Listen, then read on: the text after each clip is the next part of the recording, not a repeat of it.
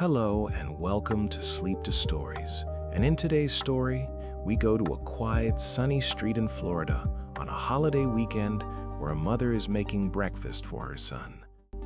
The doorbell rings, and what walks up to that front door will stay in the minds of police and a whole town for the next 27 years. It looks harmless at first. It even looks kind of funny, but it is not funny at all.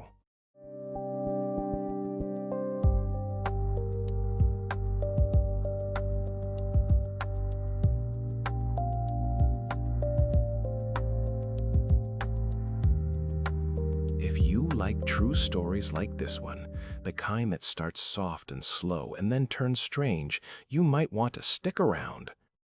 You can subscribe to the channel, hit that bell, and get notified when a new story comes out so you never miss one of these before bed mysteries. But for now, let's get back to it.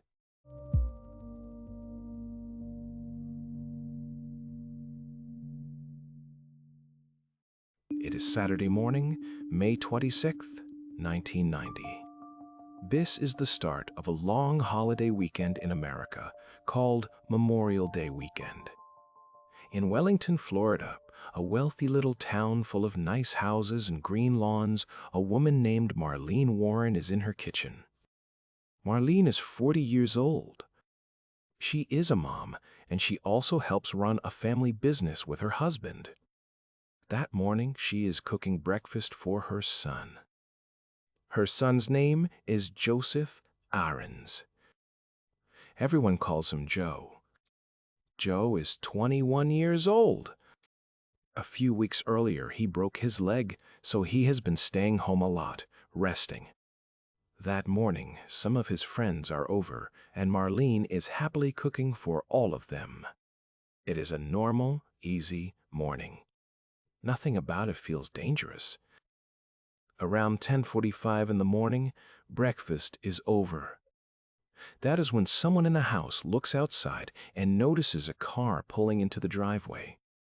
It is a white convertible, an older model car called a Chrysler LeBaron. The car stops. A person gets out. The person is dressed as a clown. The clown is wearing an orange wig and a red nose, the classic cheerful kind of clown costume you might see at a birthday party.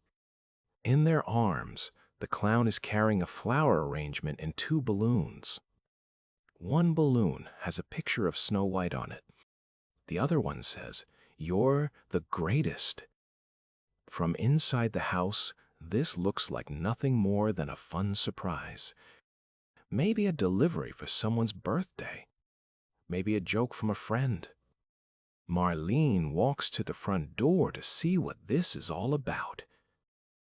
Witnesses later say Marlene opened the door, looked at the clown standing there with flowers and balloons, and said something like, "Oh, how sweet." Those may have been some of the last words she ever said. Because right after that, the clown pulls out a gun and shoots Marlene in the face. Then, just as calmly as the clown walked up to the house, the clown turns around, walks back to the white convertible, gets in, and drives away. No shouting. No running. Just a slow, calm walk back to the car, like nothing had happened at all. Marlene is rushed to the hospital. Her injuries are very serious. 2 days later, she dies. Now the police have a murder to solve. And the details are strange right from the start. A killer dressed as a clown.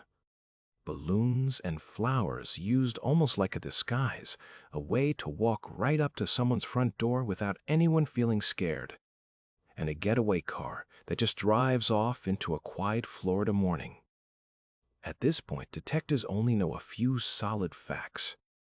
They know the car was a white Chrysler LeBaron convertible, and soon they learned something important about that car. It had been reported stolen about a month earlier. Where was it stolen from? And it's stolen from a car lot.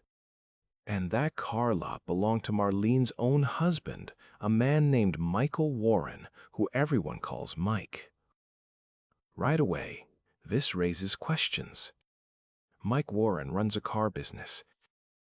His car gets stolen. A month later, that same car shows up as the murder weapon's getaway car. That is not a small detail. That is the kind of thing detectives cannot ignore. So police go talk to Mike Warren. They want to know where he was that morning. Mike tells them he was on his way to a racetrack in Miami with some friends at the time of the shooting. Police check this out. His story holds up. Several people confirm he really was on that trip, far away from the house, when Marlene was killed. So Mike has what is called an alibi, which simply means proof that he was somewhere else when the crime happened. But even with an alibi, police do not fully let go of Mike Warren as part of this story. Because, as they keep digging, they hear something else, something from friends and family members close to the Warrens. People start telling police that Mike may have been having an affair. And the woman they name is someone who works for Mike at his car business. Her name is Sheila Keene. Sheila works for Mike as what is called a repossession agent. That means her job is to go and take back cars from people who stop paying for them. It is a tough, direct kind of job. And several people close to the family believe that Mike and Sheila are more than just boss and employee. Detectives now have a theory forming in their minds. A stolen car from Mike's own lot. A wife who is killed in a strange, almost theatrical way. And a rumor of an affair with a coworker. It is starting to look like there might be a plan behind this, not just a random act of violence. So detectives start looking closer at Sheila Keene. They visit costume shops in the area, the kind of stores that sell things like wigs, clown suits, and makeup. And at one of these shops, something important happens. Employees look at a photo of Sheila Keene and they say, "Yes, this is the woman who bought a clown costume from us." This is a huge moment in the investigation. It links Sheila directly to a clown costume, the same kind of costume the killer wore. Police search Sheila's home. They are hoping to find the costume, the wig, the gun, anything that connects her clearly to the murder. But they find nothing solid enough to arrest her. No costume. No weapon. Nothing that a court would accept as proof. The costume shop identification is a strong clue, but on its own, it is not enough to charge someone with murder. And so, with no hard evidence, the case starts to slow down. Meanwhile, the investigation into Mike Warren's business does turn something up, just not what everyone expects. It turns out Mike has been running some illegal activities at his car dealership. Investigators find evidence of things like changing the mileage numbers on cars to trick buyers, along with other serious crimes related to his business.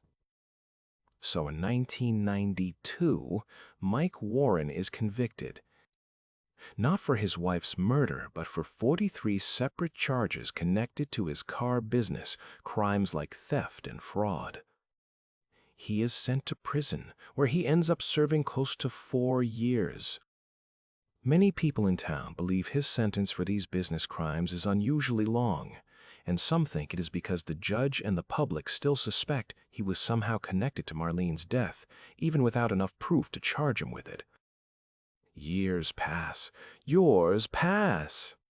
Mike gets out of prison. And then, in 1997, something odd happens. Mike Warren simply disappears from public life. People who knew him in Florida lose track of him completely. Then, in 2002, 12 years after Marlene was killed, Mike Warren reappears. And this time, he is getting married. His new wife's name is Sheila Keene. Yes, the same Sheila Keene who was named by family and friends as the woman he may have been having an affair with. The sane Sheila Keene whose photo was identified at the costume shop as the buyer of a clown suit. They move away from Florida, settle in another state, and start a quiet new life together. Most of their old friends and family back in Florida have no idea this marriage even happened. To the outside world, they look like just another couple running a small business together, living an ordinary life far from Wellington. But the case of Marlene Warren's murder is never officially closed. It sits there, unsolved, year after year in police files.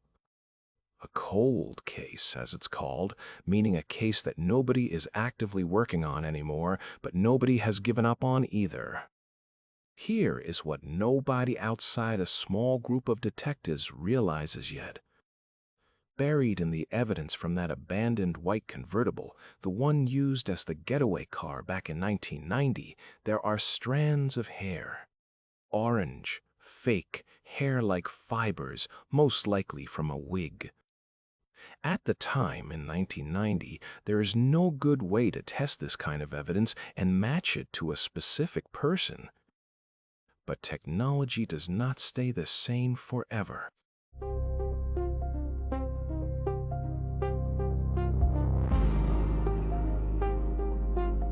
Now, let me walk you through what investigators eventually pieced together once new tools and new evidence finally caught up with this old case. In 2004, detectives decide to reopen the cold case of Marlene Warren's murder. By this time, DNA technology has improved a huge amount since 1990. Scientists can now test very small, very old pieces of evidence in ways that were simply impossible decades earlier. So, investigators go back to that evidence collected from the abandoned Chrysler LeBaron all those years ago, including those strange, orange, hair-like fibers found inside the car. They run new DNA tests on these hairs, and the results connect directly back to Sheila Keene, the same woman who was identified by costume shop workers years earlier as the buyer of a clown suit, and the same woman who later married Mike Warren, the victim's husband. There is more. During the investigation, someone who worked with Sheila and Mike at a restaurant business they ran together comes forward. This person hands investigators an old photograph. It is a picture of Sheila dressed up as a clown for a Halloween party. Between the new DNA match on the hair from the getaway car and this photo showing Sheila comfortable and willing to dress exactly like the killer, detectives finally believe they have enough evidence. On September 26, 27 years after Marlene Warren was shot on her own front porch, Sheila Keene, now going by the name Sheila Keene Warren, is arrested and charged with murder. At a press conference, a local detective lays out the case that has taken nearly 3 decades to build. The state prosecutor calls the killing an execution, meaning this was not a robbery and it was not random violence. It was planned, and it was carried out in a very deliberate, cold way. And there is one detail that shocks investigators just as much as the murder itself. When they finally catch up with Sheila Keene, all these years later, they realize who she has been married to this whole time. She has been married to Mike Warren, the husband of the woman she is accused of killing. Two people, rumored for years to have had an affair, ended up marrying each other more than a decade after the wife was murdered. To investigators, this looks less like a coincidence and more like the final step of a plan that started way back on that Saturday morning in 1990. Once arrested, Sheila faces the possibility of the death penalty, Florida's most serious punishment, for about a year and a half. But the case moves slowly through the courts. Years go by as lawyers prepare. Then, just weeks before her trial is set to begin, Sheila Keene Warren makes a surprising decision. She agrees to a plea deal. That means, instead of going through a full trial, she agrees to plead guilty in exchange for a specific, already agreed sentence. On April 25, 2023, Sheila Keene Warren pleads guilty to second-degree murder for killing Marlene Warren back in 1990. Because of the laws that existed in Florida back in 1990, when the crime actually happened, her sentence ends up being just 12 years. And with credit for good behavior in prison and for the years she had already spent locked up since her 2017 arrest, she is expected to be released after only a short amount of additional time. Even after pleading guilty, her lawyers publicly say that she still maintains she did not commit this crime, though legally, a guilty plea means the case is considered closed. On approximately November 2, 2024, Sheila Keene Warren walks out of prison, a free woman. As for Mike Warren, he is never formally charged in connection with his wife's murder. To this day, he denies any involvement in what happened that morning in Wellington. Marlene's son, Joe, who was just 21 years old and recovering from a broken leg on the morning his mother was killed, spends more than 30 years waiting for some kind of answer. After the guilty plea finally comes through, he says he never truly believed he would live to see a conviction in his mother's case. He says it genuinely shocked him after all those years of waiting. A killer dressed as a clown, carrying flowers and balloons, walked calmly up to a family's front door on an ordinary holiday morning and calmly walked away again. It took 27 years and a piece of hair inside an abandoned car to finally connect that clown to a name and to a face. Sometimes the people closest to us hide the parts of themselves we never see coming. That's it for tonight's story. Thank you for listening all the way to the end. If you enjoyed this one, take a look at the rest of the channel. There are more stories just like it, and plenty more still coming. If there's a case or a topic you'd like to hear next time, or if you have any thoughts about tonight's story, leave them in the comments below. I'd love to read them. This was Sleep to Stories. Good night and sleep well.